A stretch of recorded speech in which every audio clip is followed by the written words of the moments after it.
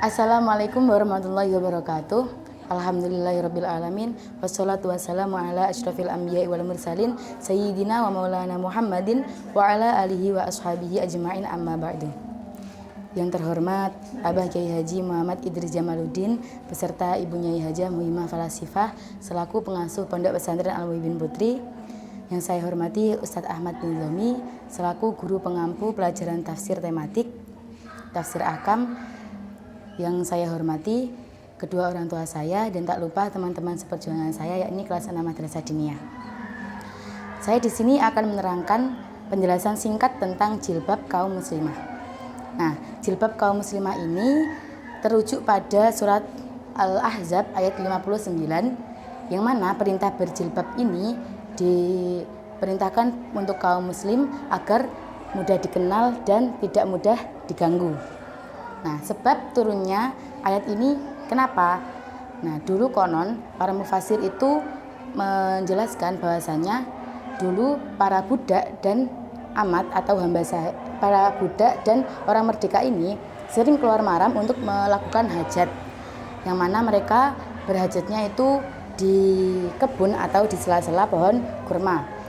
Yang mana pada saat itu di Madinah banyak sekali orang fasik yang selalu mengganggu budak atau hamba sahaya. Nah, saat itu orang fasik juga mengganggu orang muslimah atau orang merdeka. Ketika dia ditanya, kenapa kok mengganggu orang merdeka atau wanita merdeka? Orang fasik tersebut menjawab, aku hanya mengganggu budak atau hamba sahaya. Maka dari itu diturunkanlah surat Al-Ahzab ayat 59 sebagai perintah untuk kaum muslimah atau orang merdeka menggunakan hijab. Nah, kandungan hukum dari permasalahan ini yang pertama adalah perintah hijab. Perintah hijab itu untuk siapa saja sih? Yang pertama untuk kaum muslim atau muslimah itu hukumnya wajib menurut Al-Quran surat Al-Ahzab ayat 59. Yang kedua bagi orang kafir. Bagi orang kafir itu tidak diwajibkan atau tidak memiliki kewajiban untuk berjilbab karena mereka tidak terkena kewajiban. Mereka mengikuti agama mereka sendiri. Yang kedua bagi amat. Bagi amat menurut Abu Hayyan itu berhukum wajib karena bagi Abu Hayyan atau pendapat Abu Hayyan itu semua orang wanita baik amat maupun hurrah itu wajib menggunakan jilbab.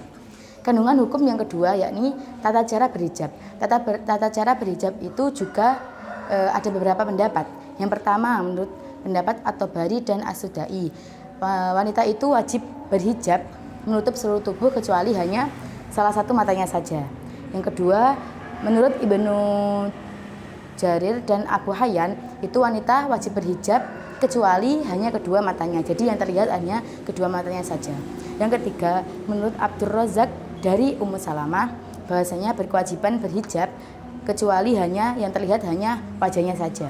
Jadi yang terlihat hanya wajahnya saja, namun semuanya tertutup. Kandungan hukum yang ketiga, sitrul wajhi atau menutup wajah. Ini juga ada beberapa pendapat. Yang pertama menurut Al-Jauzi dan Abu Hayyan ini mewajibkan bagi seorang wanita untuk menutup wajahnya. Jadi wajahnya tertutup. Yang kedua menurut Abu As-Su'ud yakni wajib menutup seluruh tubuh kecuali salah satu mata saja.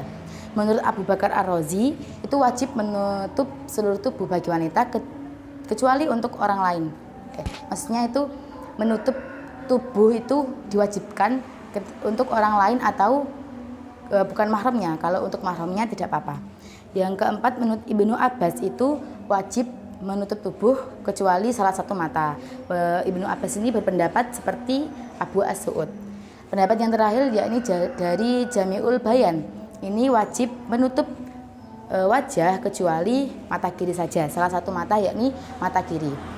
Menurut mufasir, menutup wajah itu wajib bagi laki-laki lain kecuali jika perempuan itu melakukan ihram dan ketika perempuan itu dipinang atau dilamar.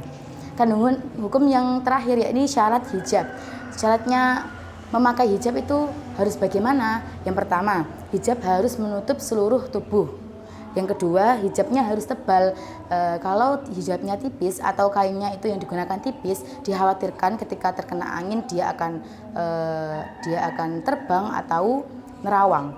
Yang ketiga, hijab tidak boleh berwarna-warni.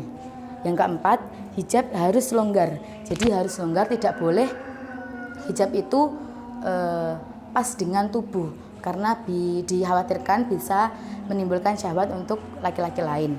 Yang kelima yakni hijab tidak boleh diberi wangi-wangian. Yang keenam, hijab tidak boleh serupa dengan kaum laki-laki. Cukup sekian penjelasan hijab muslimah yang bisa saya sampaikan. Kurang lebihnya saya mohon maaf. Wassalamualaikum warahmatullahi wabarakatuh.